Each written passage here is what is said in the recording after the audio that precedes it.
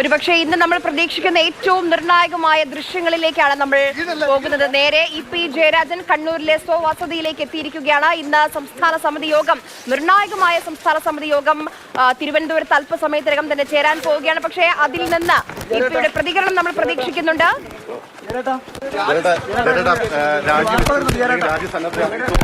ശരിയാണോ? എന്തെങ്കിലും പറയാനുണ്ടോ?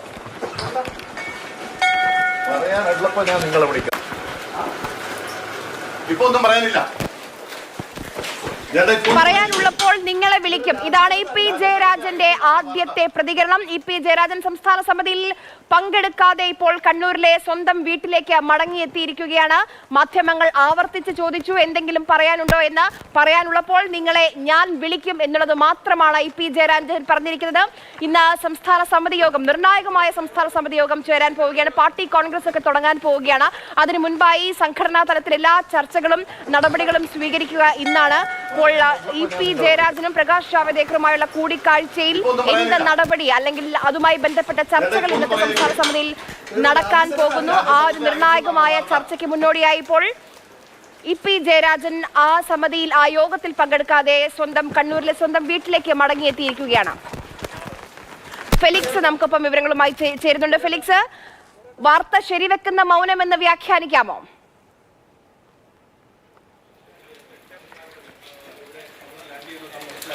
തീർച്ചയായിട്ടും ഇ.പി. ജയരാജൻ ഈ വിഷയത്തിൽ ഒരു തരത്തിലുള്ള അതായത് രാജ്യസന്നദ്ധയുമായി ബന്ധപ്പെട്ട് കൃത്യമായ പ്രതികരണത്തിന് തയ്യാറായില്ല എന്നതാണ്. അതായത് ഇ.പി. വന്നപ്പോൾ ഇ.പിയോട് നമ്മൾ ചോദിച്ചു രാജ്യസന്നദ്ധയുമായി ബന്ധപ്പെട്ട് എന്താണ് പറയാനുള്ളതെന്ന് ചോദിച്ചപ്പോൾ അദ്ദേഹം പറഞ്ഞു എന്തെങ്കിലും പറയാനുണ്ടെങ്കിൽ ആ സമയത്ത് നിങ്ങളെ അറിയിക്കാം, നിങ്ങളെ വിളിക്കാം എന്നൊരു വാക്കു മാത്രമാണ്. അതിനപ്പുറത്തേക്ക് വലിയ മൗനം ഇ.പി. ജയരാജൻ ഈ വിഷയത്തിൽ നിലനിർത്തുന്നു എന്ന് പറയുമ്പോൾ തീർച്ചയായിട്ടും അദ്ദേഹം രാജ്യസന്നദ്ധ അറിയിച്ചു എന്നതിൽ ഒരു ഏകദേശ സ്ഥിരീകരണത്തിലേക്ക് എത്തുന്നു എന്ന് തന്നെയാണ് ഏറ്റവും പ്രധാനപ്പെട്ട കാര്യം. ഏതായാലും ഇന്ന് സംസ്ഥാന സമിതി യോഗത്തിൽ പങ്കെടുക്കാതെ അദ്ദേഹം വിമാനത്തിൽ മട്ടന്നൂർ വിമാനത്താവളത്തിൽ ഇറങ്ങി 8:45 ഇറങ്ങി. അതിനുശേഷം അദ്ദേഹം കണ്ണൂർ കീച്ചേരിയിലെ വീട്ടിലേക്ക് എത്തി. അദ്ദേഹം നമ്മൾ ആ ദൃശ്യങ്ങൾ കണ്ടതാണ്. ഇപ്പോൾ വീട്ടിൽ അദ്ദേഹം ഉണ്ട്, പക്ഷേ അദ്ദേഹവും അദ്ദേഹത്തിൻ്റെ ഭാര്യയും ഒക്കെ ഉണ്ട്. പക്ഷേ ഏതൊരു തരത്തിലുള്ള പ്രതികരണത്തിലേക്കും ഇ.പി. ജയരാജൻ തയ്യാറായിട്ടില്ല. അതായത് വലിയ മൗനം അദ്ദേഹം തുടരുന്നു എന്നതാണ് ഏറ്റവും പ്രധാനപ്പെട്ട കാര്യം. അതിന് തീർച്ചയായിട്ടും അതിന് വലിയ അർത്ഥങ്ങളുണ്ട്. ആ മൗനത്തിന് വലിയ അർത്ഥങ്ങളുണ്ട്. തീർച്ചയായിട്ടും അദ്ദേഹം രാജ്യസന്നദ്ധ അറിയിച്ചു എന്ന് വേണം നമുക്ക് മനസ്സിലാക്കാൻ. കാരണം ഈ വിഷയത്തിൽ മറ്റേത് വിഷയത്തിലാണെങ്കിലും ഇ.പി. ജയരാജൻ പ്രതികരിക്കാതിരിക്കുന്നതല്ല. എത്ര വലിയ വിഷയങ്ങൾ ഉണ്ടായാലും അതിലൊക്കെ തന്നെ പ്രതികരണം നടത്താൻ തയ്യാറാകുന്നു ഇ.പി. പക്ഷേ ഇന്ന് ഒരു തരത്തിലുള്ള പ്രതികരണത്തിനും തയ്യാറായിട്ടില്ല എന്നതാണ്. നമുക്കറിയാം എം വി ഗോവിന്ദൻ സംസ്ഥാന സെക്രട്ടറി ആയ സമയത്ത് മുതൽ ഇ.പി. ജയരാജൻ വലിയ രീതിയിൽ നേതൃത്വത്തോട് അതൃപ്തിയിലായിരുന്നു. ഒരു ഇടഞ്ഞു നിൽക്കുന്ന സമീപനം അദ്ദേഹം പല സമയങ്ങളിലും എടുത്തതാണ്. തന്നെക്കാൾ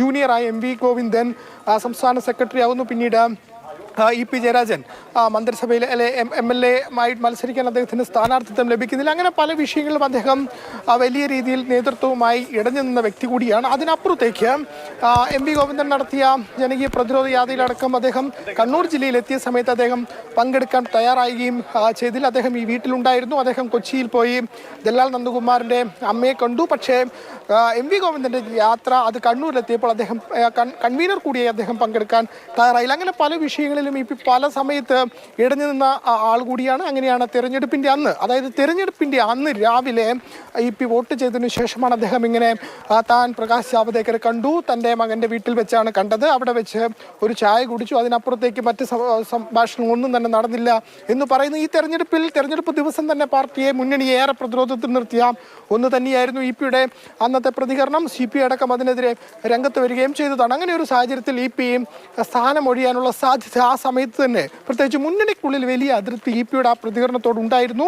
ഒരു പാർട്ടി നേതാവെന്ന നിലയിൽ അദ്ദേഹം ഒരു പൊതുവേദിയിൽ ഒരു BJP നേതാവിനെ കണ്ടതല്ല. അദ്ദേഹം ഒരു സ്വകാര്യമായി അദ്ദേഹത്തിൻ്റെ മകൻ്റെ വീട്ടിൽ, ഫ്ലാറ്റിൽ വെച്ച് ഇങ്ങനെ ഒരു പ്രകാശ് ജാവദേക്കറെ പോലെ ഒരാളെ കാണുമ്പോൾ അതെന്തുകൊണ്ട് കണ്ടു, അതെന്തുകൊണ്ട് പാർട്ടിയെ അറിയിച്ചില്ല എന്ന് തുടങ്ങിയ ചോദ്യങ്ങൾ ആ സമയത്ത് തന്നെ ഉയർന്നതാണ്. ഏതായാലും ആ വിഷയത്തിൽ ഇപ്പോൾ ഇ.പി ഒരു തീരുമാനത്തിലേക്ക് എത്തുന്നു എന്നതാണ് അതിന് ഏറ്റവും പ്രധാനപ്പെട്ട കാര്യം. മുന്നണിയിൽ നിന്ന് തന്നെ വലിയ വിമർശനങ്ങൾ ഉയർന്നിരുന്നു. മുന്നണിയിൽ നിന്ന് വിമർശനത്തിനപ്പുറത്തേക്ക് ഈ തെരഞ്ഞെടുപ്പിന് ശേഷം എം വി ഗോവിന്ദനടക്കം പലതവണ അഭിമുഖങ്ങളിൽ അദ്ദേഹം പറഞ്ഞത് ഇ.പി. ജയരാജൻ ചെയ്ത കാര്യത്തിൽ ഗൗരവമായാണ് അതിനെ കാണുന്നത്. അതായത് പ്രകാശ് ജാവദേക്കർ ഇ.പി കണ്ടത് വളരെ ഗൗരവത്തോടു കൂടിയാണ് പാർട്ടി കാണുന്നത് എന്ന് സംസ്ഥാന സെക്രട്ടറി തന്നെ പലതവണ വ്യക്തമാക്കുകയും ചെയ്തതാണ്. ഏതായാലും ഈ വിഷയത്തിൽ ഒരു തീരുമാനത്തിലേക്ക് ഇ.പിയെ കൊണ്ടെത്തിച്ചത് തീർച്ചയായും മുന്നണിക്കുള്ളിലെ, പാർട്ടിക്കുള്ളിലെ വലിയ എതിർപ്പ് തന്നെയാണ്. കാരണം EP പാർട്ടി അറിയാതെ, പാർട്ടി നേതൃത്വത്തെ അറിയാതെ അദ്ദേഹം അവിടെ പോയി കണ്ടു.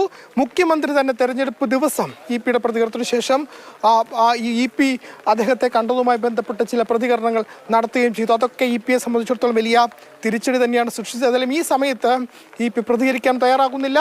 അതായത് എന്തെങ്കിലും പ്രതികരിക്കാനുണ്ടെങ്കിൽ നിങ്ങളെ വിളിക്കാം എന്നൊരൊറ്റ വരി പ്രതികരണത്തിൽ മാത്രം EP ഈ വിഷയവുമായി ബന്ധപ്പെട്ട അദ്ദേഹത്തിന്റെ മറുപടി ഒതുക്കുകയാണ്.